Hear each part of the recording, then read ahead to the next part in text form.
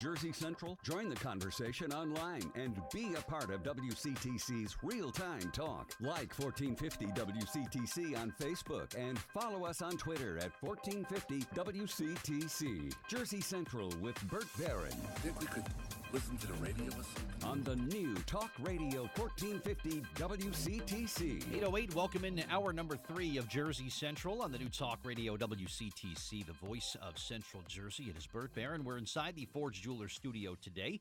We're in the low 40s right now. We'll get up around 70 with a mix of sun and clouds. We'll get you a traffic and weather update at 8:15. We'll also do our contest a little bit later on. We'll do it sometime between now and 8:30. I've got a couple of event tickets to give away. Joan Baez, who will be at the Wellmont Theater in Montclair this Saturday night at 8 o'clock. I got 2 tickets for that show.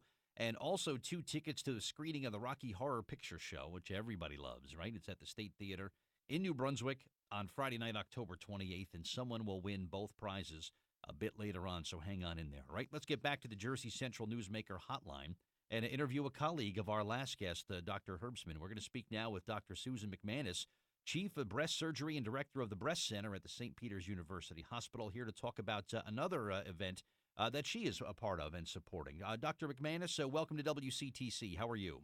Good morning, Bert. How are you? I am fine. It's Good. A beautiful morning. It is. Good to speak with you. And in the past, we've talked about the event that's coming up for the Amy Foundation. And there's a walk that is coming up in New Brunswick on October 23rd. You want to talk about that? Yes, this is a annual walk that's a 5K walk twice around the park, and it's a beautiful walk that we start at 9 o'clock in the morning after registration at 8, and it is for fundraising for the Amy Foundation, which I have been a part of since its inception. The Behar family created this foundation in memory of Amy Behar, who thought that it was unfortunate that whereas she had all the resources for treatment of her breast cancer, she knew that there were many women around that did not have the wherewithal financially to afford even early detection methods.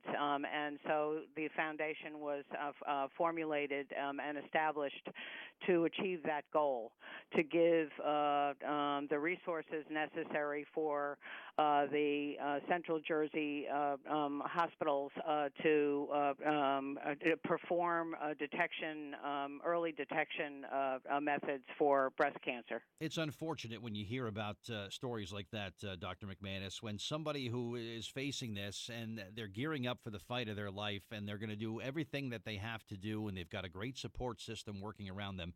But when you simply can't afford to get in the ring and fight for your own life, that's very defeating. And that's why I like this foundation and what they're all about. And I'm sure that's what drew you to them as well.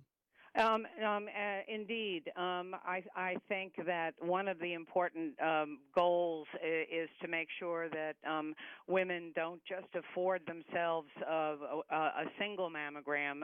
That is not adequate. They need to be screened on an annual basis.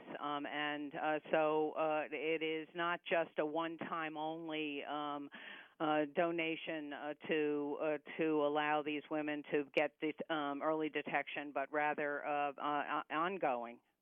And I hear about how the guidelines, it seems like I don't know if it's every year or every couple years, Dr. McManus, where it seems like the guidelines for recommendations for mammograms change. Can you tell us what the current recommendations are? I think it really boils down to a discussion of a woman, discussion between a woman and her physician or her caregiver.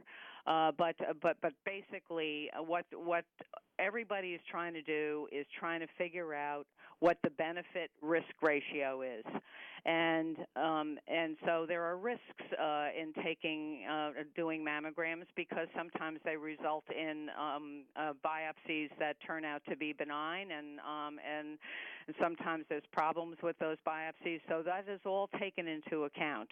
But at this point, we do advise women to begin mammography at 40, and whether that is every year or every other year kind of depends on a patient's individual risk and the advice that she gets from her caregiver. And then 50 and over, we recommend every year. Gotcha. Our guest is Dr. Susan McManus, the Chief of Breast Surgery and Director of the Breast Center at St. Peter's University Hospital. She has been a member of the board of the Amy Foundation for a long time now, and they really do amazing work. And the 8th Annual Walk for Diane is going to be happening on Sunday, October 23rd in New Brunswick. You can get some information. What's the best way, Facebook, or is there a website, Dr. McManus? There's a website, theamyfoundation.org. Okay, so you can go there and get registered and come on out and take part in this event, right? Yes. Good. And it's a nice, brisk Sunday morning in New Brunswick. It's a great place to be and a wonderful cause. It's a good way to start your Sunday morning, and yeah. I will be there, and many of my colleagues will as well. Wonderful. Well, terrific. Thank you for the time this morning. Great speaking with you, and great work that you're doing for the Amy Foundation. And we'll talk again very soon, all right? Okay, Bert. Thanks so much. All right. Have a good day. Thank you. Dr. Susan McManus, my guest on the